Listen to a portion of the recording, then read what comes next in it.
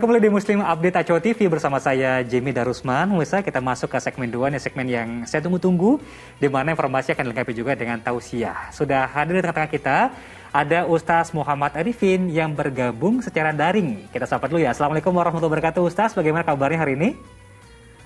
Waalaikumsalam warahmatullahi wabarakatuh, Mas Jimmy. Alhamdulillah, sehat walafiat. Alhamdulillah, segar sekali nampaknya di layar ya. Alhamdulillah. Baik Ustaz, kita langsung mulai informasi pertama ini terkait dengan bagaimana hidup rukun antar tetangga. Nah, di sini ada seorang bapak dan anak di Desa Harimau Tandang ya, Kabupaten OI Sumatera Selatan terlibat perkelahian dengan seorang tetangga mereka. Akibatnya sang anak tewas mengenaskan, sementara ayahnya dan juga tetangganya tersebut menderita luka sabetan senjata tajam. Kita simak liputannya dahulu. Warga Desa Harimau Tandang, Kabupaten Ogan Ilir, Sumatera Selatan dikejutkan dengan kematian seorang pemuda dengan kondisi mengenaskan di lingkungan mereka.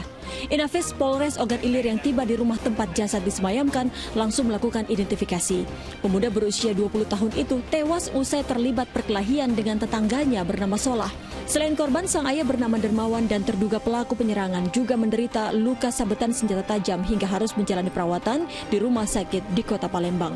Tidak ada yang mengetahui persis penyebab perkelahian. Ketiganya ditemukan warga dalam keadaan terkapar bersimbah darah di belakang SMK Negeri 6 Ogan Ilir. Masyarakat yang menemukan korban, mana korban itu setelah dilihat sudah meninggal. Jadi korban itu ada 2.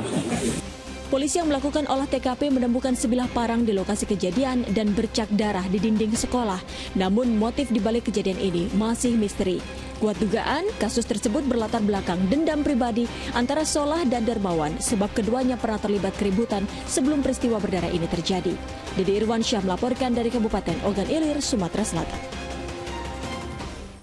Ya, Ustaz, saya pernah mendengar bahwa hidup rukun antar tetangga itu sudah merupakan suatu ibadah gitu Ustaz ya. Sehingga ini sangat wajar jika dibenci oleh syaiton yang bisa masuk di antaranya. Nah, kalau anjuran dari Al-Quran atau sabda Rasulullah, bagaimana mengenai hidup tetangga yang baik ini Ustaz? Menghindari perselisihan. Ya, terima kasih Mas Jimmy.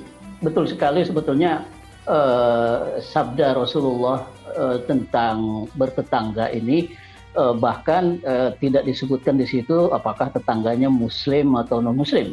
Ini saya kira harus jadi catatan penting. Artinya siapapun tetangga kita itu harus kita jalin hubungan baik dengan kita gitu ya. Jangan pernah ada permusuhan, jangan pernah ada dendam. Ya kalaupun umpamanya sebelumnya kita pernah ada cekcok yang masih wajar, normal, saya kira hilangkanlah, sudah nggak usah sampai menunjukkan kekuatannya masing-masing. Ayo kalau berani kita duel umpamanya. Nah, ketika kita mengucapkan gitu, ayo kalau berani kita duel, kemudian setan menyambut baik, duel betulan, rugi semua seperti yang sekarang terjadi. Itu saya kira kita semua sudah menjadi korban setan, karena setan suka yang seperti ini gitu. Setan itu selalu menghembuskan ya kepada kita, kepada manusia untuk berbuat mungkar gitu, yang melakukan kita, yang mendapat dosa kita. Nanti di akhirat setan bilang, kan aku cuma nyuruh, ya kan aku cuma bilang, yang melakukan kan kamu. Setan nanti akan begitu. Jadi kita nggak bisa beralasan bahwa kita tergoda oleh setan dan kemudian nanti setan yang bertanggung jawab. Enggak, yang bertanggung jawab adalah kita. Nah karena itu kemudian soal berhubungan baik dengan tetangga ini oleh Rasulullah SAW dimasukkan dalam kategori tanda-tanda keimanan seseorang, tanda-tanda sempurnanya atau baiknya keimanan seseorang. Salah satunya kan Rasul mengatakan ya, banyak nanti rinciannya itu ada beberapa, tapi salah satunya man kana yu'minu billahi wal yaumil akhir fala yu'dzi jarahu. Barang siapa yang beriman kepada Allah pada hari akhir, hendaklah dia tidak menyakiti tetangganya. Tidak menyakiti tetangga juga banyak sekali artinya. Jangan ngintip. Soalnya kadang-kadang dia mulutnya baik, tidak kasar. Fisiknya juga mungkin dia lemah, tidak suka berduel. Tapi matanya jelalatan, suka ngintip rumah tetangga. pengen tahu saja apa yang ada di dalam rumah tangga itu juga nggak bagus gitu ya. Jadi banyak sebetulnya yang perlu kita ketahui tentang hak dan kewajiban kita terhadap tetangga. Nah karena itu Rasul juga sudah memberi saran, memberi tips ya supaya hubungan baik kita dengan tetangga tetap bisa terjaga dan terawat. Salah satunya dengan berbagi. Saya pernah merasakan ini dengan tetangga ketika saya tinggal di luar negeri kebetulan.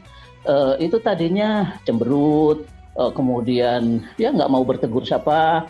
Saya buatkanlah makanan khas Indonesia, lalu saya antar ke rumahnya. Besok-besoknya dia baik sekali, dia yang menyapa duluan. Jadi walaupun makanan itu kecil, murah menurut kita, tapi kalau kita berikan dengan ikhlas, itu bisa menjalin hubungan baik dengan tetangga. Bisa saja orang kan karena tidak tahu kebaikan kita, tidak tahu isi hati kita, tapi dia tahu karena kita mau berbagi, itu sudah tanda bahwa kita orang baik gitu. Nah jadi saya kira yang soal rukun tetangga ini ya, kerukunan dalam bertetangga ini, itu harus kita pahami betul bahwa ini bagian dari keimanan. Kalau kita tidak mau rukun dengan tetangga, dendam itu sebetulnya juga dilarang gitu ya, dendam dengan tetangga, ya akhirnya iman kita yang menjadi korban, iman kita tidak sempurna karena kita tidak menjalankan hidup yang rukun dengan tetangga, cacat keimanan kita, itu bahaya sebetulnya. Walaupun soalnya kelihatannya ya cuman bertetangga, bersosial, tapi Nabi mengaitkan ini dengan soal keimanan gitu. Sesuatu yang sudah dikaitkan dengan soal keimanan, itu artinya sudah penting, sangat penting di mata agama, di mata Rasulullah SAW. Karena keimanan itulah yang akan membawa kita, apakah kita masuk surga atau neraka. Gitu. Jadi kalau sudah keimanannya yang dihubungkan dengan bertetangga dengan baik itu sudah kita jaga dengan baik, insya Allah sebetulnya hal-hal seperti tadi tidak perlu terjadi, dan lebih dari itu kita di akhirat akan dipastikan bisa masuk surga karena keimanan kita sudah dianggap benar. Dibuktikan salah satunya dengan cara kita hidup rukun baik dengan tetangga. Sekali lagi catatannya di sini, tetangganya itu tidak harus Muslim. Yang Kristen, yang Hindu, yang Buddha, bahkan jika ada yang ateis umpamanya, tidak beragama, mengaku tidak ada Tuhan di dunia ini, itu tetap harus kita hormati sebagai tetangga, sebagai manusia. Itu saya kira Mas Jimmy. Masya Allah, indah sekali Ustaz ya. Baik.